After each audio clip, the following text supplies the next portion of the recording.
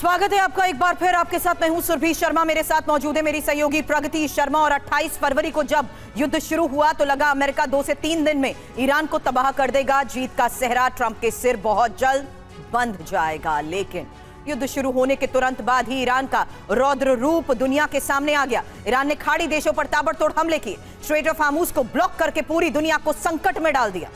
और हालात ये हो गए कि एक बार नहीं बल्कि कई बार ट्रंप को ये कहना पड़ा कि ईरान समझौता कर ले। कई बार बयान आए, आखिरकार 40 दिन बाद ईरान मान गया और 2 हफ्ते का युद्ध विराम लागू कर दिया गया है। हालांकि मध्य पूर्व के हालात अब भी नाजुक हैं और सवाल ये उठाए जा रहे हैं कि अमेरिका और ईरान के बीच हुआ ये युद्ध विराम स्थायी युद्ध विराम में तब्दील होगा या नहीं।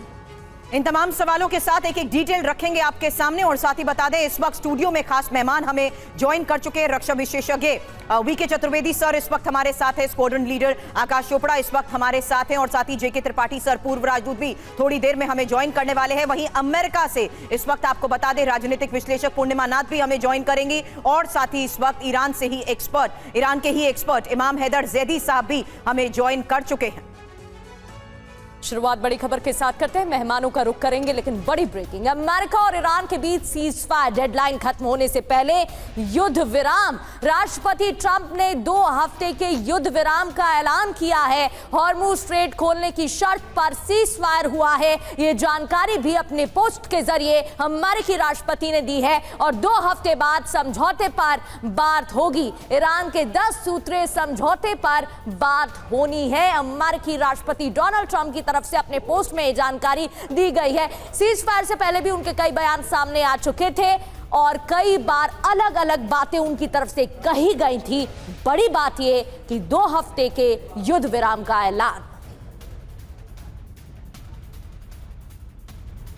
और इस वक्त एक और बड़ी खबर है, सीज फायर पर मुश्तबा खमेनी का बयान, जहां गोलाबारी रोकने का आदेश दिया और सभी सैन्य बलों को हमले रोकने के आदेश।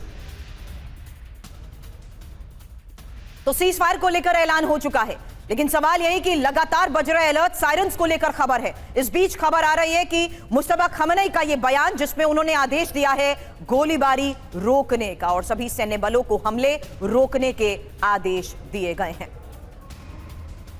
और इसी से जुड़ी एक और खबर यह कि सुप्रीम लीडर मुश्तबा खामनेई ने सीज फायर को मंजूरी दी है। ईरान अमेरिका के बीच बातचीत के बाद ये मंजूरी ईरानी सुप्रीम नेशनल सिक्योरिटी ने दावा किया है। अमेरिका उसके सहयोगियों पर ऐतिहासिक जीत हासिल हुई है। सीज फायर को लेकर न्यूयॉर्क टाइम्स के हवाले से खबर, यूएस ने सैद्धांतिक रूप से 10 सूत्रीय योजना पर सहमति जताई है।